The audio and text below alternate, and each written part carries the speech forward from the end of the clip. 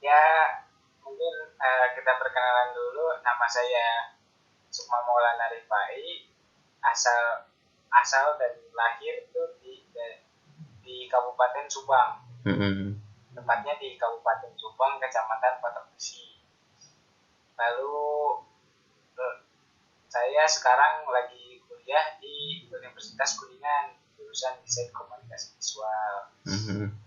Nah, mungkin untuk perkenalan diri sih mungkin segitu aja ya Mas ya. Oke. Terus mungkin bisa dimulai deh tentang cerita-cerita yang mungkin Mas Sukma sendiri pernah dapat dari entah itu orang tua atau cerita-cerita dari saudara-saudara tentang tempat tinggal atau daerah Mas Sukma sendiri itu gimana sih kayak gitu. Atau mungkin dari apakah Subang itu kan lebih ke orang Sundanya atau gimana ya kayak gitu. Oh iya. Mungkin saya bakalan cerita tentang itu ya, tentang kecamatan saya sendiri ya. Mungkin agak pernah dengar gitu ya cerita-cerita dari orang tua juga.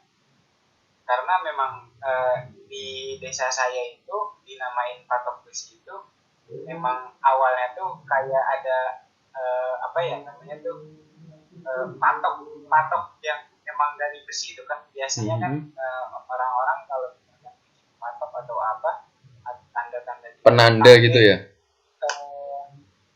Ya Kayak penanda gitu, patok itu.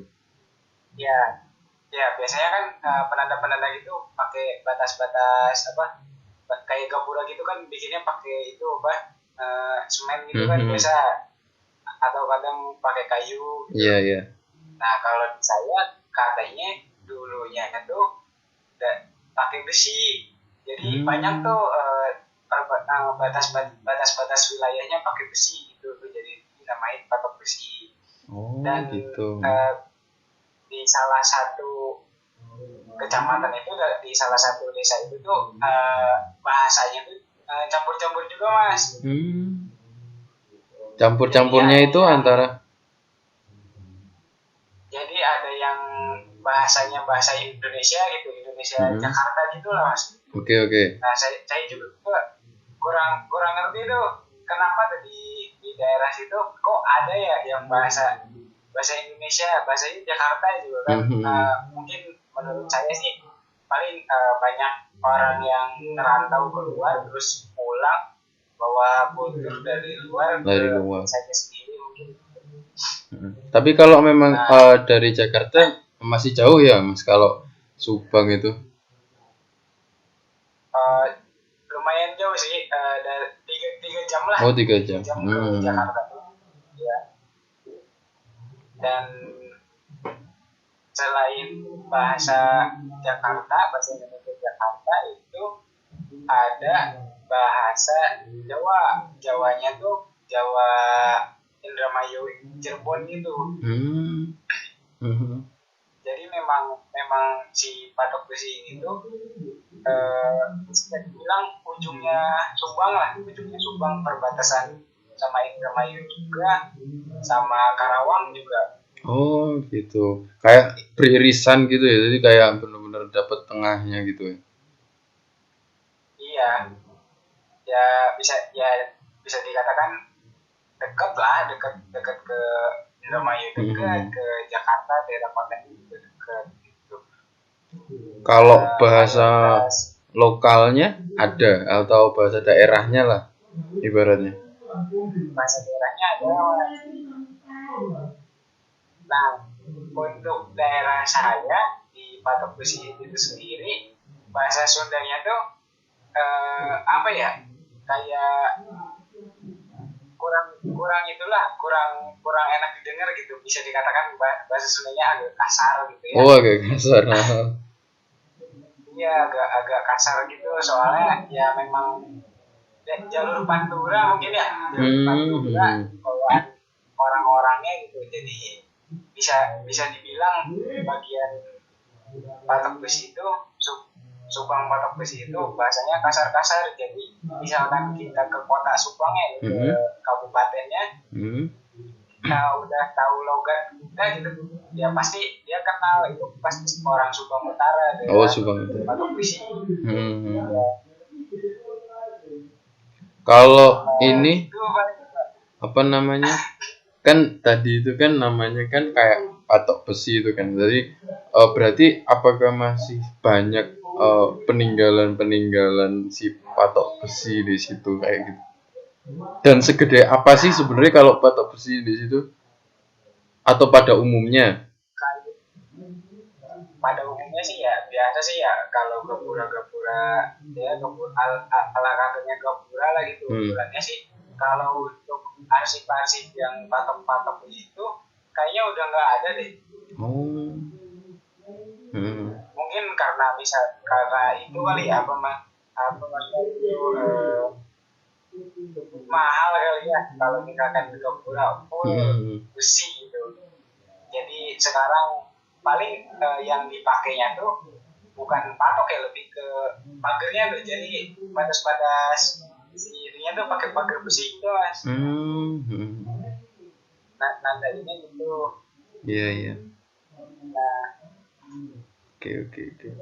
Menarik sih. Berarti ada beberapa masih sisa-sisa bekas gitu ya kalau yang di patok besi itu, yang gapura besi kayak gitu.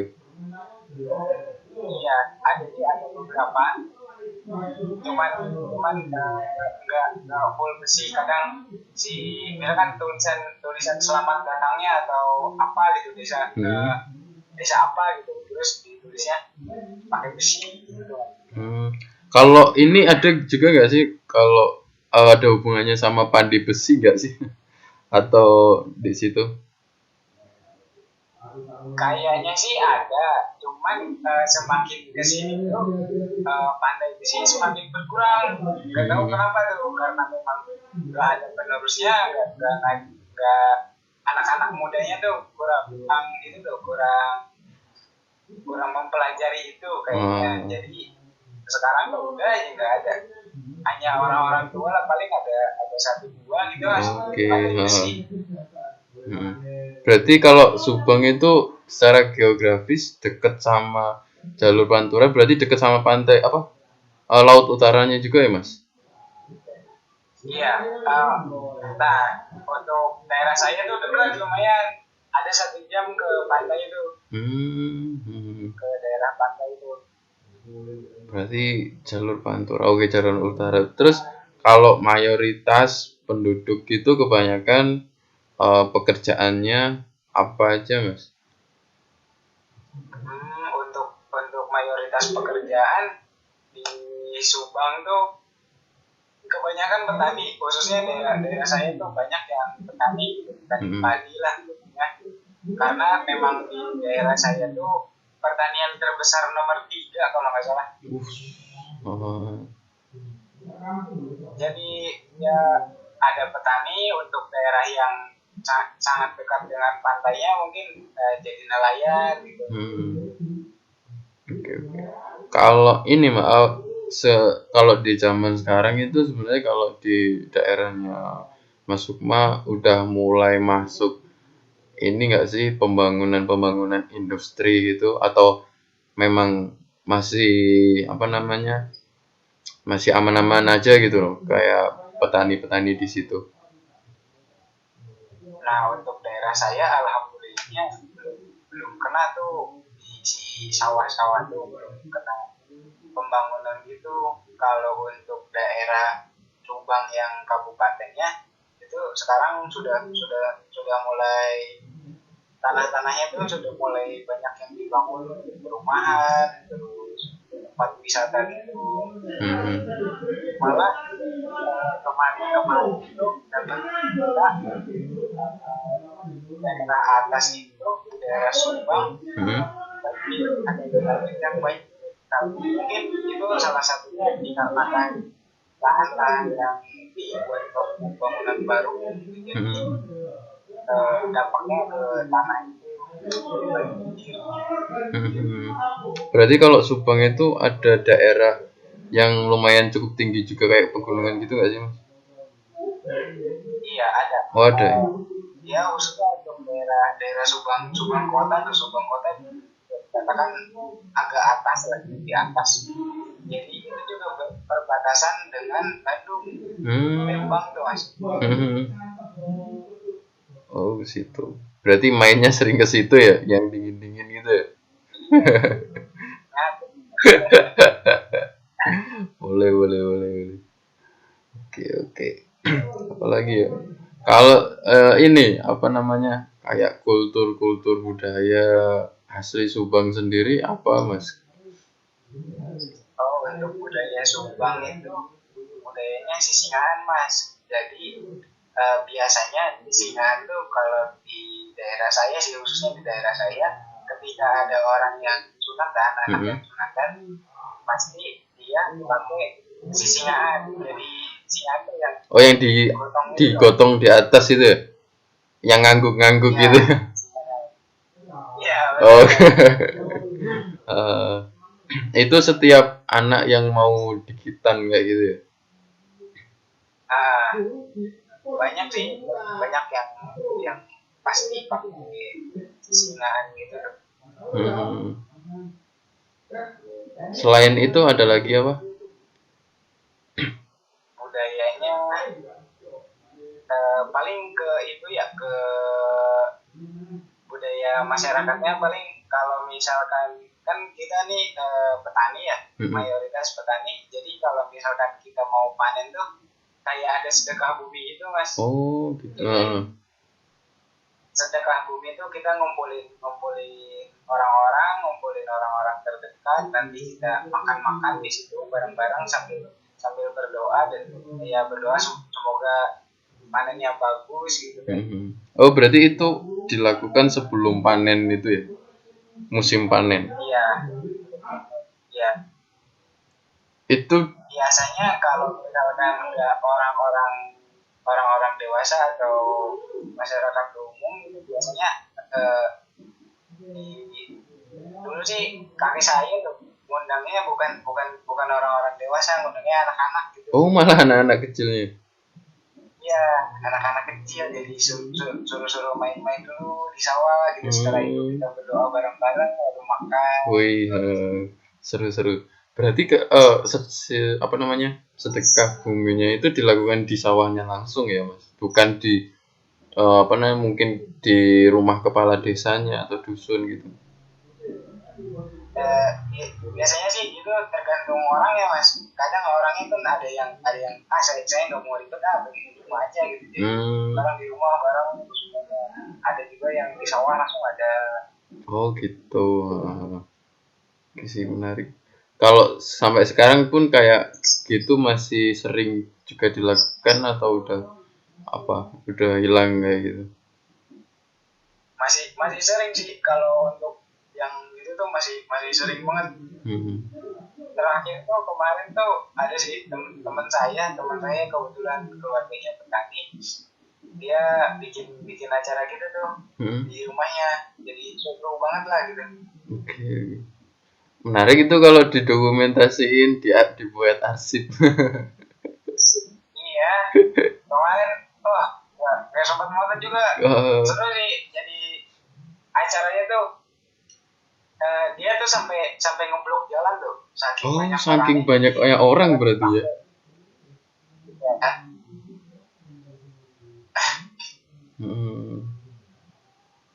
Berarti kalau kayak musim panen gitu bener-bener rame banget kayak gitu.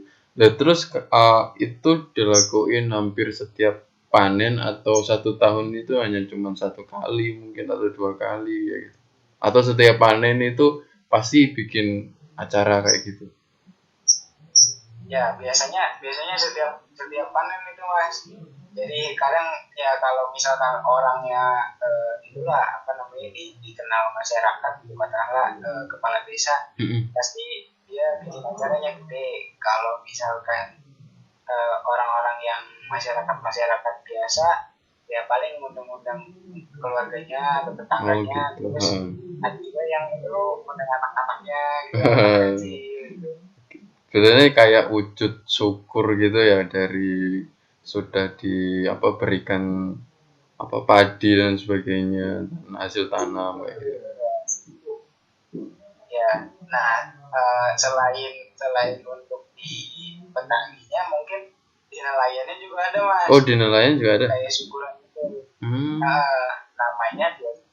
Namanya tuh biasa dikenal sih pesta laut ya, tapi nggak tahu tuh orang-orang tua panggilnya apa, cuman saya tahunya pesta laut. Jadi di pesta laut itu sama juga kayak gitu acara tahunan, dan kita bikin event gede lah gitulah, ya musik segala macam. Lalu setelah itu ada upacara adat itu, kita kayak ngasih sesajen ke laut gitu tuh. Kayak ngelarung gitu ya.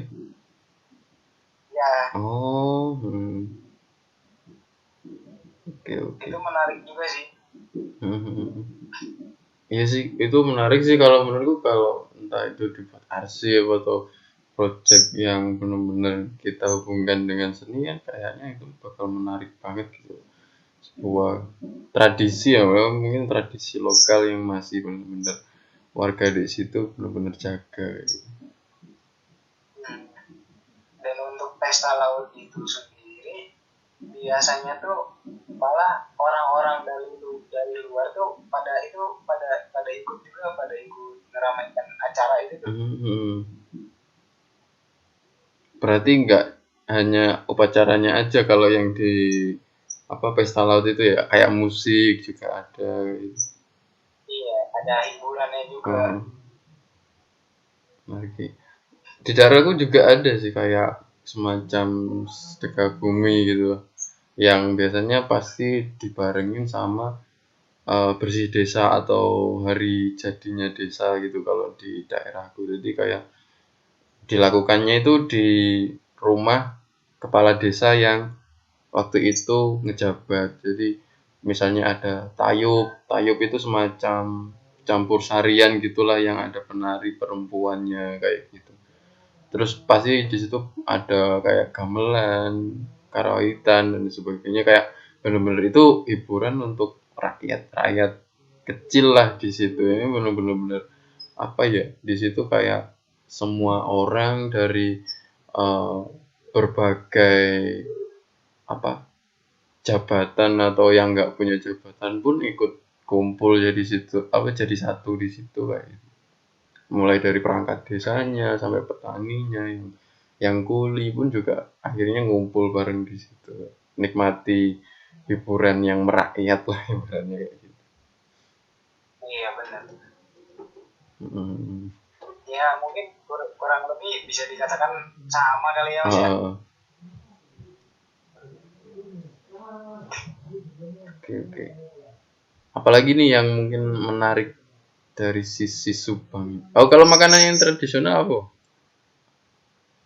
Makanan tradisional sih banyak sih. Ya khususnya makanan tradisional Subang tuh nanas Subang. Ada buah sih, buah. Oh, buah nanas. Iya, jadi dia tuh bisa sering dibilang tuh nanas madu. Nanas madunya Subang. Si nanas itu tuh sampai dibikin ikon Subang. Bikin patungnya segala macam. Kalau batiknya juga, batik khas si Subang ini tuh pakainya pakai nanas. Pakai gambar nanas gitu. Berarti lebih ke ini ya, batik pesisiran gitu ya, yang warna-warna cerah gitu nggak sih? Iya, warna-warna cerah. Selain nanas mungkin yang menjadikan ke batik tuh tadi sisingaan. Oke. Benar-benar.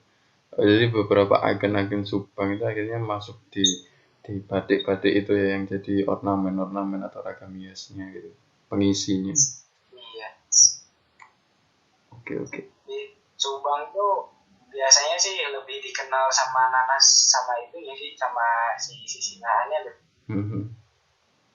Mungkin kalau si nanas agak keliru mungkin ya, karena ada nanas madu ini ada di Pemalang juga ada. Oh, di Pemalang juga ada. Jadi yang lebih dikenal banget mah si itu itunya si singgahannya. Ini kalau apa namanya, kalau tempat-tempat bersejarah itu atau wisata atau pariwisata di situ ada nggak, Mas? Atau situs yang mungkin bersejarah kayak gitu di Subangnya? Ada banyak Mas, untuk situs-situs bersejarah sih banyak. Kebetulan di Subang tuh saya baru baca ya, baru baca tadi.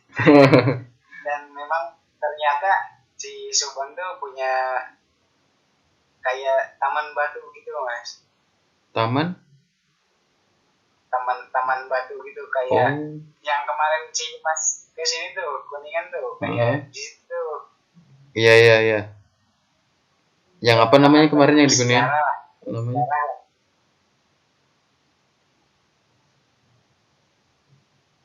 Gimana Mas? Taman batu bersejarah waktu zaman batu di Subang itu ada. Gitu. Nah untuk